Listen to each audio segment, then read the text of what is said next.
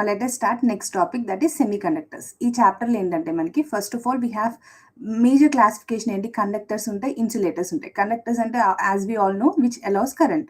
Insulators అంటే కరెంట్ని allow చేయవు. దీని రెండింటిని కలిపి మనకి ఐదర్ మనకు కరెంట్ కావాలంటే అలౌ చేయాలి, లేకపోతే ఆపేసేయాలి. ఇలా కాంబినేషన్లో ఉన్న వాటిని సెమీ కండక్టర్స్ అంటాం. ఇందులో మనము ఫార్ములాస్ అన్నీ కూడా ఈ కరెంట్ ఫ్లోని మనం ఎలా కంట్రోల్ చేస్తాం అనే దాని గురించి ఉంటాయన్నమాట. బేసిక్గా how can you control it. దానిలో ఫస్ట్ పార్ట్ మీకు ఏంటంటే ఛార్జ్ బ్యాలెన్స్. దీన్ని ఇంట్రిన్సిక్ క్యారియర్స్ అంటాం. ఇప్పుడు లెట్స్ ఒక ప్యూర్ సిలికాన్ పీస్ ఉందనుకోండి, ఇందులో కరెంట్ వెళ్తుందా అంటే వెళ్తుంది, కానీ చాలా తక్కువ వెళ్తుంది. ఎందుకు? కరెంట్ అంటే ఫ్లో ఆఫ్ ఛార్జెస్. మరి ప్యూర్ సెమీ కండక్టర్లో ఎన్ని ఛార్జెస్ ఉన్నాయని మనకి ఎలా తెలుస్తుంది? ఫార్ములాస్ అంటూ ఉండాలి కదా మనకి. సో లెట్స్ సే ఇప్పుడు మనకి ఒక ఏమైనా ఒక హోల్, అంటే ఇప్పుడు లెట్స్ సే ఒక ఎలక్ట్రాన్ బయటకు వెళ్ళింది అనుకోండి, ఆ ఎలక్ట్రాన్ బయటకు వెళ్ళిపోతే అక్కడ హోల్ అంతే ఉండిపోతుంది, ఆ హోల్ ఫిల్ అవ్వదు అక్కడ మనకి. దట్స్ వై ఆ హోల్స్ని మనము ఆ హోల్ కాన్సన్ట్రేషన్ అంటాం, దాన్ని వేకెన్సీస్ అంటాం మనం. By this we have a formula charge balance అనమాట. That is n e equal to first formula electron concentration unit వాల్యూమ్లో ఎన్ని ఫ్రీ ఎలక్ట్రాన్స్ ఉన్నాయి అంటే ఫ్రీగా మూవ్ అవుతూ ఉన్నాయి. Electron concentration is equal to NH whole concentration is equal to Ni. That is intrinsic carrier concentration. NH అంటే whole concentration, అంటే ఎన్ని ఖాళీలు ఉన్నాయి, ఎన్ని వేకెన్సీస్ ఉన్నాయి. అంటే ఇప్పుడు ఎలక్ట్రాన్స్ బయటకు వెళ్తే కదా, మెటల్స్ నుంచి ఆబ్వియస్గా బయటకు వెళ్తే electrons move out of the metal. Move అయినది అలాగే ఉండిపోతుంది, అది హోల్. అంటే ఆ మూవ్ అయిన ఎలక్ట్రాన్ ప్లేస్లో ఇంకే ఎలక్ట్రాన్ ఉండదు, it will remain as vacant. దాన్ని నెక్స్ట్ ఇంట్రిన్సిక్ క్యారియర్ కాన్సన్ట్రేషన్ అంటే మీనింగ్ అంటే ప్యూర్ స్టేట్లో అసలు టోటల్గా ఎన్ని ఛార్జ్ క్యారియర్స్ రెడీగా ఉన్నాయి, దాన్ని మనం ఇంట్రిన్సిక్ క్యారియర్ కాన్సన్ట్రేషన్ అంటాం. అండ్ మన ఇది టోటల్ వాల్యూ వచ్చి, ఇప్పుడు మనం ప్యూర్ అంటే ఈక్వల్గా ఉంటాయి అనమాట, ఎప్పుడు గుర్తుపెట్టుకోండి. ఇంట్రిన్సిక్ అంటే ఒరిజినల్ అంటే మిక్చర్ అంటూ ఏమి ఉండదు. సో అందుకని ప్యూర్ అంటే ఆల్వేస్ ఈక్వల్, అండ్ ఈ ఈజ్ ఈక్వల్ టు హెచ్ ఎప్పుడు కూడా ప్యూర్ అన్నప్పుడు. అంటే ఎగ్జామ్లో మీకు డైరెక్ట్గా థియరీ బేస్ వస్తారు కాబట్టి ఎక్కువ మీరు కన్ఫ్యూజ్ అవ్వకండి. ప్యూర్ సెమీ కండక్టర్లో మనకి అన్నీ ఈక్వల్ ఉంటాయి. If there are 10 electrons in pure silicon, ఎన్ని హోల్స్ ఉంటాయి అంటారు? 10 అంతే, సేమ్. అంటే ఏం చెప్పాను మీకు? ఈక్వల్ ఉంటాయని చెప్పాను. ప్యూర్ దానిలో ఈక్వల్ ఉంటాయి. N E equal to N H equal to N I. That is the first concept. Next concept ఏంటంటే ఇందులో మాస్ యాక్షన్ లా. ఇక్కడ మీరు గుర్తుపెట్టుకోండి, మళ్ళీ ప్యూర్ సిలికాన్ తోటి మనకి లైక్ అన్ని ప్యూర్ సిలికాన్లో తీసుకున్నాం అనుకోండి, ఇట్ వోంట్ హెల్ప్ యూ మనకి ఫర్దర్గా దీన్ని డిరైవ్ చేయడానికి. కరెంట్ ఎక్కువ కావాలి, ప్యూర్ సిలికాన్ లిమిటెడ్గా వస్తుంది కదా. సో మనం డోపింగ్ చేద్దాం, అంటే ఏంటి? మిక్స్ చేద్దాం, వేరే వాటితో మిక్స్ చేద్దాం. అప్పుడే అవుతుంది ఎక్స్ట్రా ఎలక్ట్రాన్స్ మనకి ఎన్ టైప్ లేదా లైక్ హోల్స్ మనం పెడతాం కాబట్టి ఎన్ టైప్ పీ టైప్. దానివల్ల ఏమవుతుంది? మరి డోపింగ్ చేసాం కదా మనం, టోటల్ క్యారియర్స్ ఎన్నో, దాని వాల్యూస్ ఎలా మార్చాలని తెలియాలి. ఇప్పుడు ఈ కాన్సెప్ట్ మొత్తం మీకు సింప్లెస్ట్ వేలో సింపుల్గా చెప్పాలని, number of electrons in number of holes will be equal to intrinsic concentration. అంటే ఒరిజినల్ సీడ్ వాల్యూ ఎంత ఉంది అంత డోపింగ్ చేసినప్పుడు. సో సెకండ్ ఫార్ములా ఏంటంటే డోపింగ్ అనమాట. అంటే ప్యూర్ కాకుండా దానిలో మనం ఎక్స్ట్రాగా వేరే కలిపినప్పుడు, అంటే వీఆర్ మిక్సింగ్ ఇట్ అప్. దాన్ని ప్యూర్ని ప్యూర్లా కాకుండా దాన్ని ఇంప్యూర్లో కన్వర్ట్ చేస్తున్నాం. Then number of electrons into number of holes is equal to N I అనమాట, ఇంట్రిన్సిక్ కాన్సన్ట్రేషన్. సో ఎలక్ట్రాన్స్ని ఎక్కువ చేసామనుకో ఆబ్వియస్గా ఎన్ని ఇంక్రీజ్ అవుతుంది, అప్పుడు హోల్స్ని కూడా ఫిల్ చేస్తాయి కాంబినేషన్. సో హోల్స్ తగ్గినాయి అనుకోండి, అప్పుడేమవుతుంది? Again it will fill up the electron. So ఇలా మనకి బ్యాలెన్స్ అవుతూ వెళ్తుంది అనమాట. సో ఎగ్జామ్లో మీకు ఎప్పుడైనా గుర్తుపెట్టుకోండి, ఎగ్జామ్కి చాలా ఇంపార్టెంట్ ఇది. బికాస్ డోపింగ్ లెవెల్ మీకు ఎన్ని వాల్యూ ఇస్తాడు, డోపింగ్ లెవెల్ ఇస్తాడు, ప్యూర్ వాల్యూ ఎన్ఐ ఇస్తాడు, హోల్స్ ఎన్ని అంటాడు, రివర్స్ డివైడ్ చేయండి అంతే ఫార్ములా. ఓకేనా? సారీ, ఇక్కడ ఐ స్క్వేర్ పెట్టాలి, ఎన్ఐ స్క్వేర్ ఇక్కడ.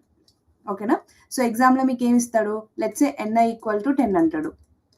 అర్థమవుతుందా? డోపింగ్ అంటే ఎన్ఈ, హోల్స్ అంటే ఎన్హెచ్, కాన్సన్ట్రేషన్ అంటే N I. So let's say N I equal 10 ఇచ్చాడు మీకు, N E let's say given as 50 అన్నాడు. We need to find N H. చేయొచ్చా లేదా ఫైండింగ్? సింప్లీ వాల్యూస్ పెట్టేసి ఇండైరెక్ట్ ఆన్సర్స్ వచ్చేస్తాయి ఇక్కడ మీకు. Very easy formula that you can use it. ఓకేనా? నెక్స్ట్ ఏంటంటే కండక్టివిటీ. కండక్టివిటీ అంటే మీనింగ్ ఏంటి? సెమీ కండక్టర్ కరెంట్ని ఎంత వరకు మనకి ఎలో చేస్తుంది కరెంట్, అంటే how much current it is allowing. Conductivity గురించి చెప్పాలన్నమాట. So conductivity is nothing but కరెంట్ని ఎంత ఫాస్ట్గా ఎలో చేస్తుంది taken a semi conductor.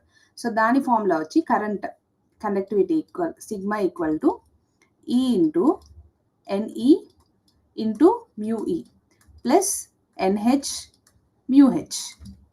So this is the formula for the conductivity.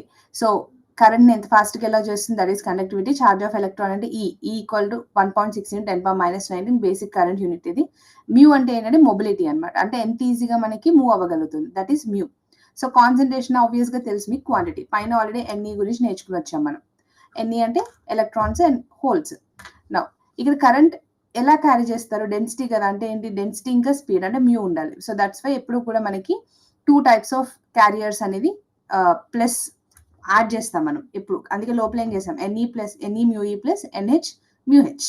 So ఎగ్జామ్లో దీని రిలేటెడ్గా మొబిలిటీ వాల్యూస్ ఇస్తాడు, కాన్సన్ట్రేషన్ ఇస్తాడు, కండక్టివిటీ ఫైన్ చేయమంటాడు. సింప్లీ 1.6 × 10⁻⁹ చేయండి, ఇంటూ బ్రాకెట్ లోపల ఇచ్చిన వాల్యూస్ని యాడ్ చేయండి, you'll get the answer of the conductivity. Is it clear? Next concept ఏంటంటే diode current and resistance.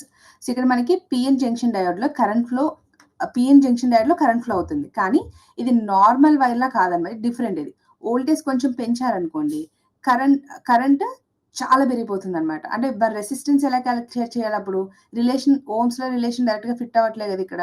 So అందుకని ఏం చేస్తున్నామంటే మనం ఇక్కడ we are using something call dynamic resistance అనమాట, అంటే వేరియబుల్ స్పీడ్ బ్రేకర్ లా ఇక్కడ. అంటే ఇప్పుడు మనకి చేంజ్ అవుతూనే ఉంటుంది ఇక్కడ, that is dynamic resistance. So dynamic resistance formula you need to understand for this.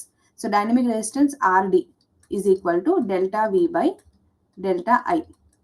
V equal to IR ఆ ఫార్ములా నుంచి దీన్ని రిలేట్ చేసాం, కానీ V equal to IR direct గా తీసుకోలేము మనం. Why we can't take directly, because ఇక్కడ PN junction diode లో వోల్టేజ్ కొంచెం పెంచినా కానీ కరెంట్ చాలా పెరిగిపోతుంది.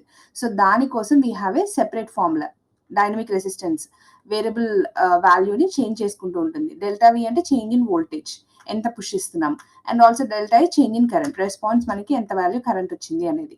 So semi conductors resistance constant గా ఉండదు, నాన్ ఓమిక్ కాబట్టి, బికాస్ ఓమిక్ కండక్టర్స్ ఒకటి మాత్రమే ఓమ్స్ లో అప్లై అవుతుంది. నాన్ ఓమిక్ మనం ఓమ్స్ లో డిస్కస్ చేసేటప్పుడే డిస్కషన్ లో ఉంటుంది మనకి పాయింట్ ఏంటంటే Ohm's law is not a universal law, it only applies for the ohmic conductors.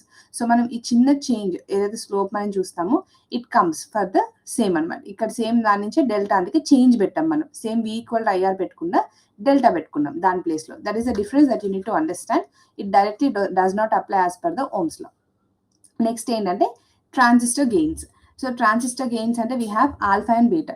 Transistor అంటే ఏంటి, ఒక మైక్ లాంటిది, like how does a mic work, same అలాగే వర్క్ చేస్తుంది ట్రాన్సిస్టర్. మనం చిన్న సౌండ్ ఇస్తే అది చాలా పెద్దగా దాన్ని క్రియేట్ చేసి పంపిస్తుంది అనమాట. అంటే ఎంత గెయిన్, ఇప్పుడు నేను మాట్లాడుతున్నాను, సో ఇది ఎంత, ఇప్పుడు మీరు వాల్యూమ్ పెంచుకోవాలంటే పెంచుకోవచ్చు, తగ్గించాలంటే తగ్గించుకోవచ్చు, బికాస్ ఆఫ్ ది ట్రాన్సిస్టర్. దాన్ని ఎలా మనకి ఫైండ్ చేయాలి, దానికోసం we have a formula, that is emitter current I equal to IB plus IC. అంటే ఏంటి, collector current, base current. So that is the formula for transistor. So IE is equal to IB plus IC. Emitter current equal to emitter equal to base current plus collector current. Now ఇక్కడ beta formula ఉంది, beta is equal to, beta is nothing but current gain, అర్థమైందా? So beta equal to IC by IB. ఇది common emitter gain అనమాట. అదే alpha అనుకోండి, alpha equal to IC by IE. This is common base gain, ఎగ్జామ్లో గుర్తుపెట్టుకోండి. IB అంటే common base gain, alpha equal to IC by IE, వెరాజ్ beta current gain, input base కి output collector కి మధ్య రిలేషన్ అనమాట ఇవి రెండు. సో ఎగ్జామ్లో మీకు సింపుల్ గా ఆల్ఫా ఎప్పుడు కూడా మనకి alpha is always less than 1 and beta is always greater than 1, ఈ రిలేషన్ గుర్తుపెట్టుకోండి ఎగ్జామ్లో. Alpha less than 1 and beta is greater than 1. And there is one more relation, దీన్ని బ్రిడ్జ్ ఫార్ములా అంటాం మనం.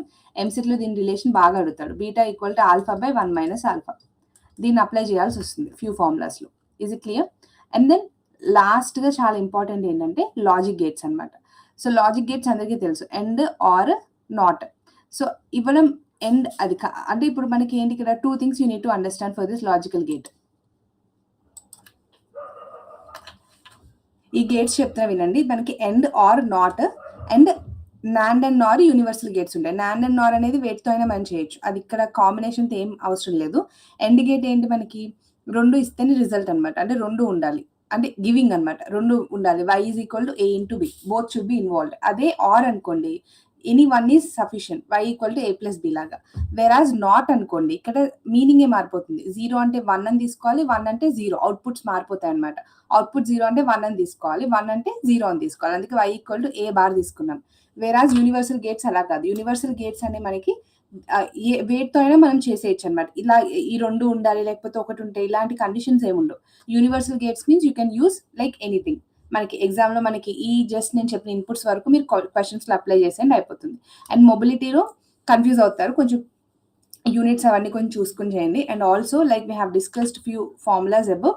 జస్ట్ ఈ ఫార్ములాస్ పైన మొత్తం క్వెషన్స్ అన్ని కూడా డిపెండ్ అవుతాయి. ఈజియెస్ట్ చాప్టర్ ఇది కూడా లైక్ కమ్యూనికేషన్ సిస్టమ్ లాగా సెమీ కండక్టర్ కూడా easiest chapter.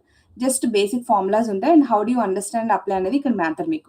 So make sure you do certain amount of decent questions. ఇవి చాలా ఈజీ చాప్టర్స్. వీటిని మాత్రం లైట్ తీసుకోవద్దు. వచ్చింది అనుకోండి వితౌట్ ఫెయిల్ మీకు ఆన్సర్స్ వచ్చేస్తాయి ఇక్కడ. కాబట్టి ఫస్ట్ టఫ్ చాప్టర్స్ చేసే కన్నా ఈజియెస్ట్ చాప్టర్‌ని ఫస్ట్ కంప్లీట్ చేసి పక్కన పెట్టుకొని you can gain the confidence in that.